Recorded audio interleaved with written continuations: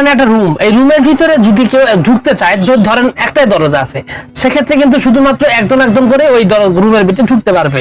আর ওই রুমে যদি 10টা দরজা থাকে তাহলে কিন্তু আরো বেশি মানুষ ঢুকতে পারবে, এবং 10টা দরজা দিয়ে অন্তত পক্ষে 10 জন ঢুকতে পারবে, যত চিকন বা যত ছোটই হোক।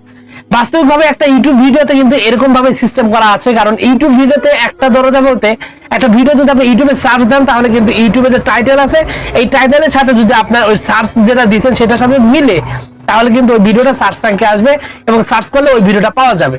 কিন্তু ইউটিউবে একটা লাস্ট আপডেটের কারণে একটা নতুন একটা ফিচার আপডেট মানে নিয়ে এসেছে, যে ফিচার্সের কারণে আপনার ওই ভিডিওতে শুধু টাইটেল না, পাশাপাশি আপনি আরো কিছু দরজা তৈরি করে ওইটার ভিতরে আপনি আপনার ইচ্ছা মতন আপনি কি করতে পারবেন, আপনার ওই দর্শককে আপনার ওই ভিডিওতে আনতে পারবেন। এবং যদি কেউ ওই ধরনের মানে আপনার ওই ভিতরে যে আপনার আমি বলবো সরাসরি বলছি এই সিস্টেমটার নাম হচ্ছে চ্যাপ্টার, এই চ্যাপ্টারের লেখার নামগুলো যদি লিখে কেউ সার্চ দেয় আপনারা কিন্তু দেখতে পাচ্ছেন পাশে, তো এই ওই চ্যাপ্টার গুলোতে লেখে যদি কেউ সার্চ দেয় ওই রিলেটেড, তাহলে আপনার ওই ভিডিওটা আপনার কি করবে ওই সার্চ মানে আসবে এবং সার্চ করলে ওই ভিডিওটা পাওয়া যাবে।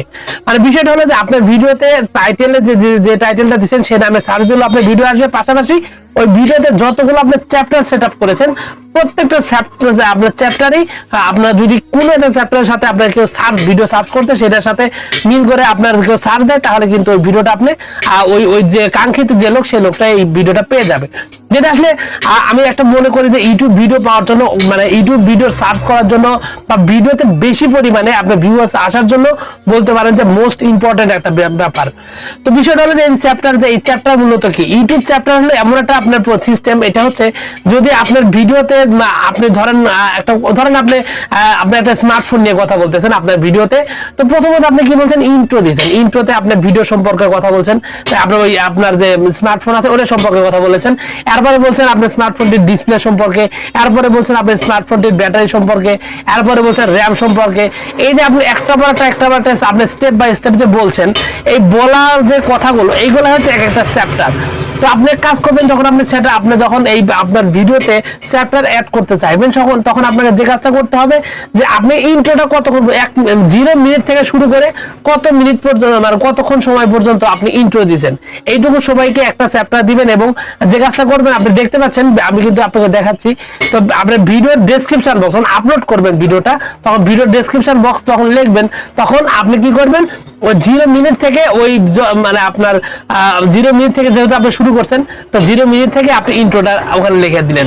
এরপর আপনি যেটা করবেন আপনার ওই স্মার্টফোনটির ডিসপ্লে সম্পর্কে বলবেন, তাহলে কি করবেন কত মিনিট থেকে এই ডিসপ্লে সম্পর্কে বলছেন সেই মিনিটটা এখানে উল্লেখ করবেন। তো এরকম ভাবে আপনি যখন একটা আপনি চ্যাপ্টার অ্যাড করবেন এবং প্রত্যেকটা চ্যাপ্টারই আপনার ভিডিওর টাইটেল যেরকম ভাবে কাজ করে সেরকম ভাবে এটা আপনার অনেক ভালো হেল্প করবে। পাশাপাশি যারা ভিডিওর দর্শক যারা আছেন তারা আপনার এই ভিডিওটা দেখার ক্ষেত্রে যে কাজটা করতে পারেন সেটা হলো যে আপনার ওই দেখা গেল যে অনেকে ইন্ট্রোটুকু পছন্দ করেন না, সে ওই ইন্ট্রোর ওখানে ক্লিক করে ইন্ট্রোটা স্কিপ করে চলে যেতে পারেন। অনেকে ডিসপ্লের বিষয়টা জানতে চান না, যে আপনি ডিসপ্লের বিষয়টা স্কিপ করে তারপরে অংশ মানে পরের চ্যাপ্টারে যেতে পারেন।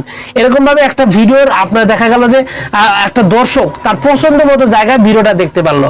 এই কারণে যে বিষয়টা হবে যে আপনার ভিডিও অডিয়েন্স রিটেনশন কমে যাবে, মানে আপনার বেড়ে যাবে, অনেক বেশি পরিমাণে অডিয়েন্স রিটেনশন আসবে। কারণ অনেকেই দেখবেন যে ইন্ট্রো ভিডিও শুরুতেই অনেকে কিন্তু ইন্ট্রোটা ভালো না হওয়ার কারণে ভিডিওটা অনেকেই দেখতে চান না, এবং দেখতে না চাওয়ার কারণে যে বিষয়টা করেন ভিডিওটা কেটে বের হয়ে যান।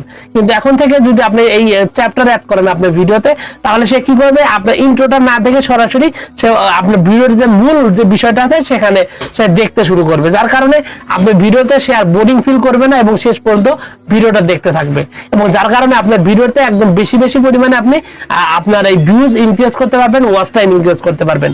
আর যখন আপনি বেশি ভিউজ ইনক্রিজ করবেন তখন আপনার ভিডিওতে বেশি করে আপনার ওই ইমপ্রেশন হতে থাকবে, অনেক বেশি পরিমাণে ভিউজ আসতে শুরু করবে। মূলত আপনি যদি আপনার ভিডিওতে চ্যাপ্টার অ্যাড করেন সেক্ষেত্রে আপনার ওই চ্যাপ্টারগুলো যে দিয়েছেন এই চ্যাপ্টারগুলো লেখা সার্চ দিলে ভিডিও আসবে। পাশাপাশি যারা ভিডিওটি আপনার মানে ক্লিক করে দেখা শুরু করছে তারাও যদি কোথাও অংশে আপনার বোরিং ফিল করে তাহলে তারা পরের অংশ দেখতে থাকবে, এবং যার কারণে ওই ভিডিওর যে আপনার অডিয়েন্স রিটেনশন আছে সেটা বাড়তে শুরু করবে। এই কারণে অনেক বেশি পরিমাণে ভিউজ আপনার ওই ভিডিওতে আসবে। সো আপনি যদি আপনার চ্যানেল আপনার ভিডিওতে যদি ভিউজ ঠিকঠাক মতো না না আসে, সার্চ র্যাঙ্কে যদি না আসে, তাহলে অবশ্যই যে কাজটা করবেন আপনার ওই ভিডিওতে চ্যাপ্টার অ্যাড করবেন, আর সেটা কিভাবে করবেন সেটা আমি ইতিমধ্যে আপনাদেরকে দেখিয়েছি। তো ভিউয়ার্স, এই ছিল আজকের ভিডিও। আশা করি পুরো তথ্যগুলো আপনার কাছে অনেক বেশি ভালো লেগেছে। আর যদি লেগে থাকে অবশ্যই ভিডিওতে একটি লাইক দেন, আর চ্যানেলে যদি প্রথমবার এসে থাকেন অবশ্যই চ্যানেলটি সাবস্ক্রাইব করবেন। তো ভিউয়ার্স, আপনাদের সকলকে অসংখ্য ধন্যবাদ। আসসালামু আলাইকুম।